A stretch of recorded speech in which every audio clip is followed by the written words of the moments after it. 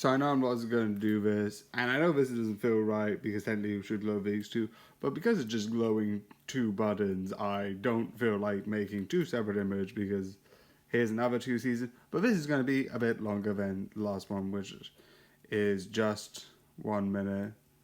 So I'm doing. Yeah, I'm also uploading this while I'm doing this. So, what do I think about this?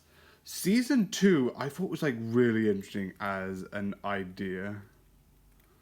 Just because of like what it was just insane.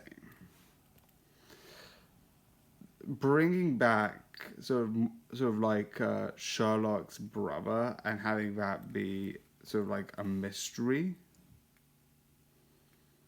was, I think, one of the more funner ideas in all of it. And having that constant looming over it all was like, ooh, what's actually going on? What is the story? What is going on in this area? And why is it interesting to us? And I'm like,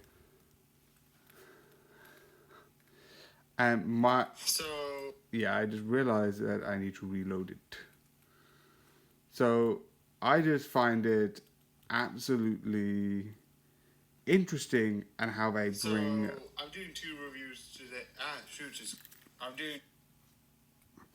It's interesting as a concept. I'll just turn the sound off. I don't know why I've just done that at the beginning.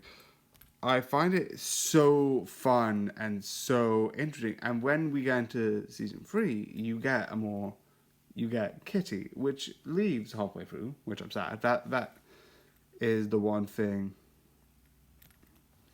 that I was like, I wanted more Kitty, but I understand, and I like the idea of like sort of like season 3B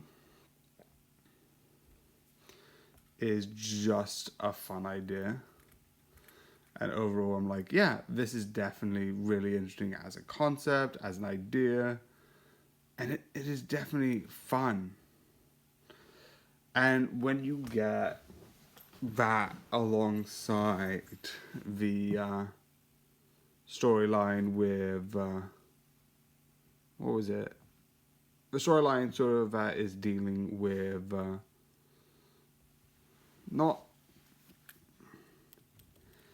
the storyline dealing with sort of like the mystery of like this person and who Kitty is, and it's like because for the beginning of it, and then when you go into the next season 3B, you're dealing with this new thing of this sort of like new character, not as a villain at first, because like it's a bit interesting, and definitely we're dealing with a case that's like, oh, you're the killer, Sherlock. I'm like, and that idea and that whole episode I thought was fun, but how it ended was absolutely. You don't have this masterful tactician that's playing several moves ahead. You don't get that. You just get a guy who is doing this.